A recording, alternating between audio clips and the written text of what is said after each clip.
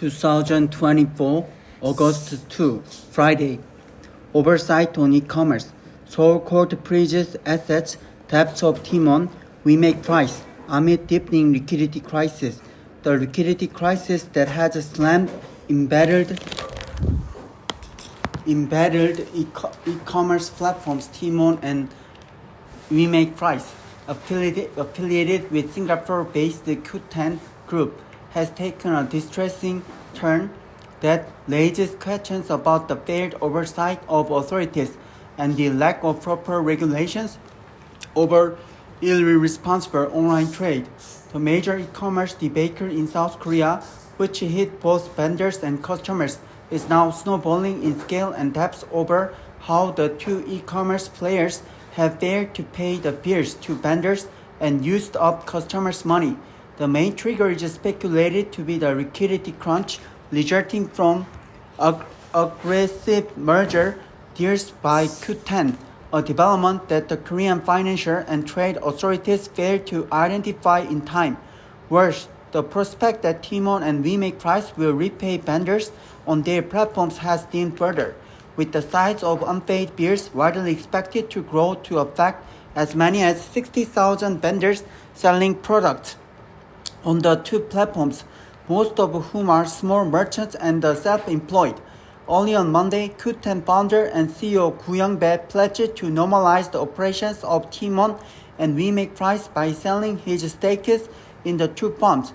But 8 hours later, he changed his position and filed for court receivership with the Seoul Bankruptcy Court in a surprise move. The unexpected application for court receivership shocked and angered vendors operating on the platforms, which suggests the two off-market platforms, as well as Q10, are stuck in a make-or-break financial situation unable to be resolved without help. On Tuesday, the Seoul Bankruptcy Court, perhaps reflecting the urgency of the incident, froze the assets and debts of the two platforms, a move that blocks creditors from taking action to push debt repayment from the firms until a decision is made on court-led debt restructuring. A court decision has to be made within a month, but the process can take longer, as the firms applied for the Autonomous Restructuring Support Program, which secures up to 3 months for debtors and creditors to work on debt repayment, and this delay could hurt the business of cash-strapped vendors and partner companies. The government said Monday it would inject at least 560 billion won of funds to small vendors affected by the payment delays. Lee Bok-hyun, chief of the Financial Supervisory Service, said during an emergency parliamentary hearing Tuesday that the liquidity issues involving the two troubled platforms are estimated to surpass 1 trillion won, $722 million. I'm sorry for the lack of supervision, Lee said, adding that the financial regulator is trying to trace and secure liquidity from the parent firm Q10 and has asked for a prosecution probe into the case.